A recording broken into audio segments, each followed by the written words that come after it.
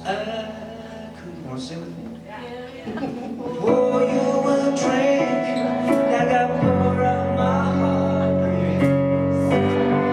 Sad when I'm smart, that ain't enough. That ain't enough for you. Ain't enough for you. Oh yes, say that ain't enough. Ain't enough. Nothing's enough for you. Nothing's enough for you.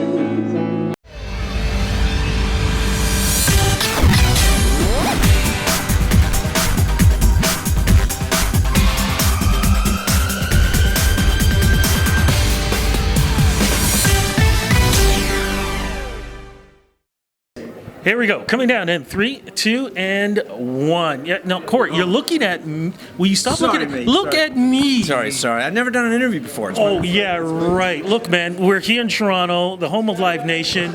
You just performed and did an interview out there, too, with an audience that still is out there. They're hungry for you, man. They love you. Thank you, Rudy.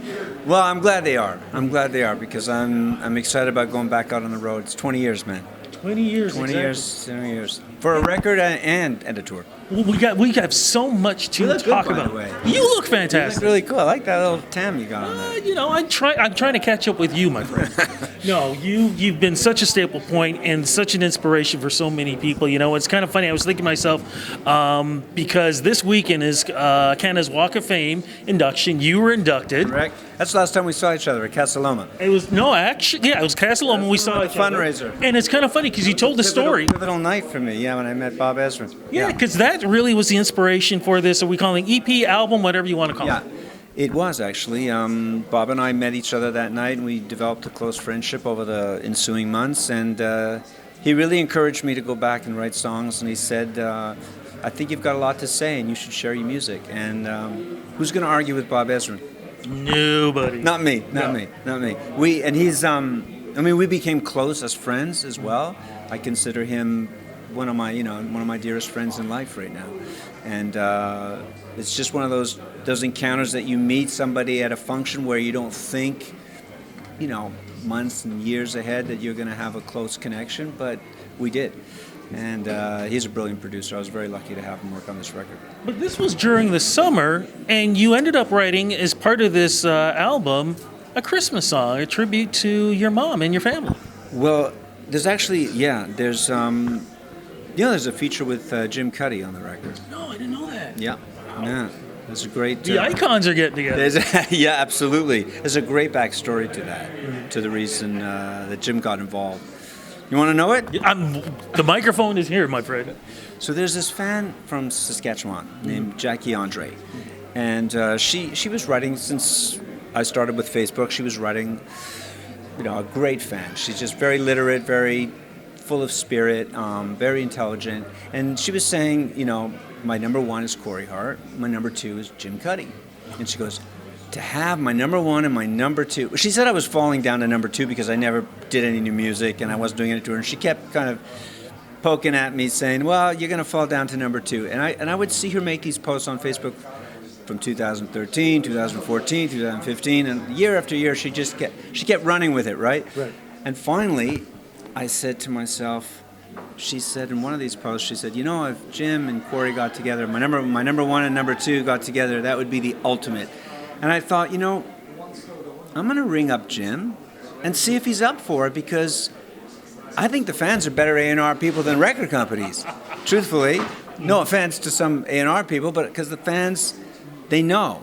Mm-hmm. And she was dead right, because Jim and I, our voices sound great together. What's the song? The song's called First Rodeo. And how about that for a coincidence? Because I had written the song without knowing that Jim was going to get involved. Wow. And then I tweaked the lyrics a little bit, but the chorus was the same, but I tweaked the lyrics because he does the second verse where he talks.